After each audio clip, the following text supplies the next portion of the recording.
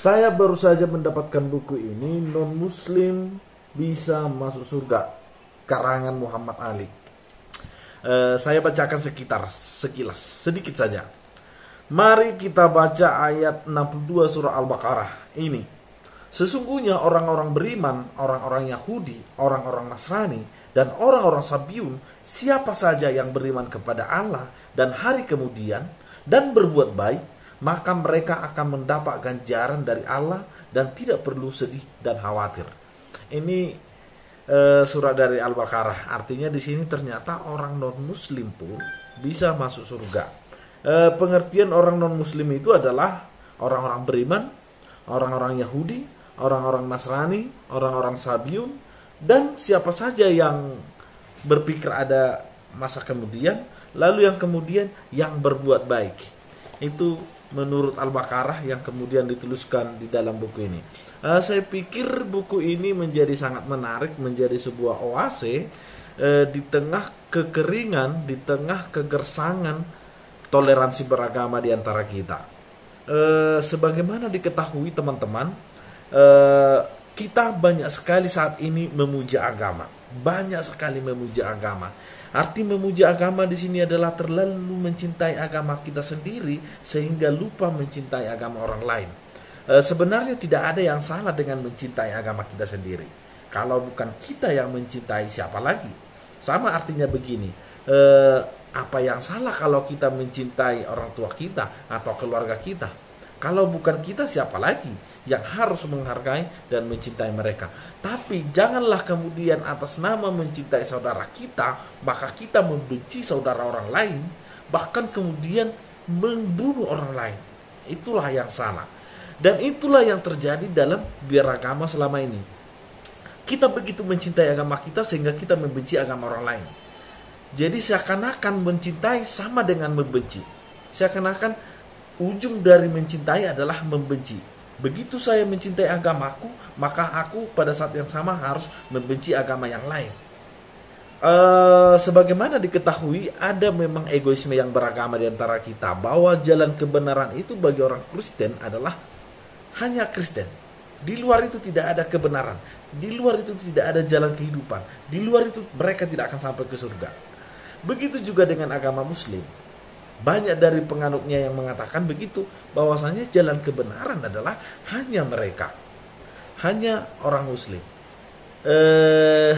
Lalu kemudian muncullah memaksakan kebenaran, memaksakan rasa cinta. Teman-teman, saya pernah membaca bahwa rasa cinta itu adalah sebuah anugerah yang diberikan oleh Tuhan kepada kita. Sifatnya adalah netral. Lalu rasa benci kapan kemudian? Itu adalah ketika kita salah tafsir, salah mengajarkan rasa cinta, itu berubah menjadi rasa benci. Artinya begini, kita mengajarkan kepada umat kita bahwa kita lah yang benar, orang lain yang salah, maka kita harus membenarkan orang lain, memaksakan orang lain, sehingga timbul rasa benci. Itu adalah pengajaran. Dari situ kemudian kita ketahui rasa benci itu adalah ajaran. Rasa cinta itu adalah sesuatu yang alami yang datang dari Tuhan. Harusnya dalam beragama memang saya sepakat bahwasannya kita harus mengaku, kita harus percaya diri bahwa kita benar. Kalau kita nggak percaya diri, untuk apa kita beragama? Dalam hal yang lain juga saya tidak sedang menyetujui bahwa di luar agama kita sama benarnya dengan kita. Kalau sama benarnya, untuk apa? Nggak ada istimewanya agama kita. Saya tidak dalam konteks mengatakan bahwa kita setara dalam hal kebenaran. Tetapi sebaiknya kita berpikir begini, bahwa jika saya benar, kemungkinan ada saya salah. Sebaliknya juga dengan orang lain. Mereka salah, tapi kemungkinan ada benarnya. Jangan kemudian saya benar, mereka salah. Bukan begitu. Saya benar, kemungkinan saya ada salah. Mereka salah, kemungkinan ada benarnya. Lagi pula dalam urusan surga ke surga, siapa yang sudah pernah membuktikan? Adakah seseorang yang pernah meninggal lalu kembali datang ke dunia dan menyatakan saya sudah hidup di surga? Tidak ada. Artinya surga itu sebenarnya kalau menuju jalan kebenaran, kita sedang dalam proses menuju ke sana. Proses menuju ke sana. Ada banyak jalan yang harus kita tempuh. Tetapi jalan yang kita yakini itulah yang paling benar, Oke, silahkan. Tetapi jangan sampai menyaksa orang lain bahwa jalan mereka salah, supaya mereka benar. Kita harus hakimi mereka, kita harus hukum mereka, kita harus paksa mereka. Itu adalah sesuatu yang salah. Karena kendati Anda benar, belum tentu Anda, kemungkinan saja Anda salah.